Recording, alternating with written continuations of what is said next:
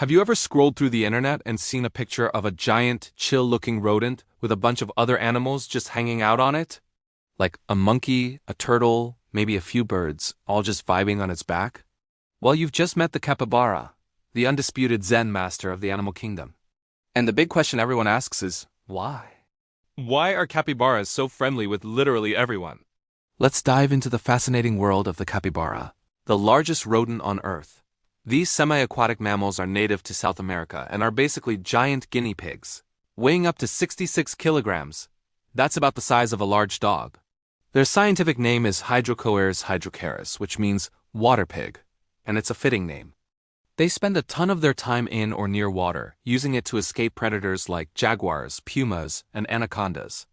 But what about their legendary friendliness? The first reason is their incredibly calm and laid-back personality. Capybaras are just not confrontational. They're herbivores, so they're not hunting anyone. Their diet consists mainly of grass and aquatic plants. Since they don't see other animals as food, and most other animals don't see them as a threat, there's no immediate conflict. Their calm demeanor is almost contagious. When other animals are around them, they seem to pick up on this chill vibe and relax. It's like the capybara is a walking furry meditation pillow. Another key factor is their social structure. Capybaras live in groups, usually around 10 to 20 individuals, but sometimes in herds of up to 100 during the dry season when they gather around water sources. They are highly social with each other, communicating through a series of barks, whistles, clicks, and purrs. This inherent sociability might extend to other species. They're used to having company, so a bird or a monkey joining the party isn't a big deal. They are communal animals through and through. Then there's the whole mobile furniture aspect. A capybara is large flat-backed and spends a lot of time just sitting still, either basking in the sun or resting. This makes them the perfect perch, or what I like to call an animal Uber. Birds can land on them to look for insects stirred up from the grass or even pick parasites off their fur. This is a classic example of mutualism, a win-win situation. The bird gets a meal and a great vantage point, and the capybara gets a free spa treatment. It's a pretty sweet deal. Smaller mammals, like monkeys, might just see them as a convenient, warm resting spot. Their habitat also plays a huge role. In the wetlands of South America, many different species share the same space and resources, especially water. During dry spells, everyone congregates at the remaining water holes. This forced proximity means animals have to learn to get along, and the capybara's non-threatening nature makes it an ideal neighbor. They are the neutral party in the neighborhood, the Switzerland of the savanna.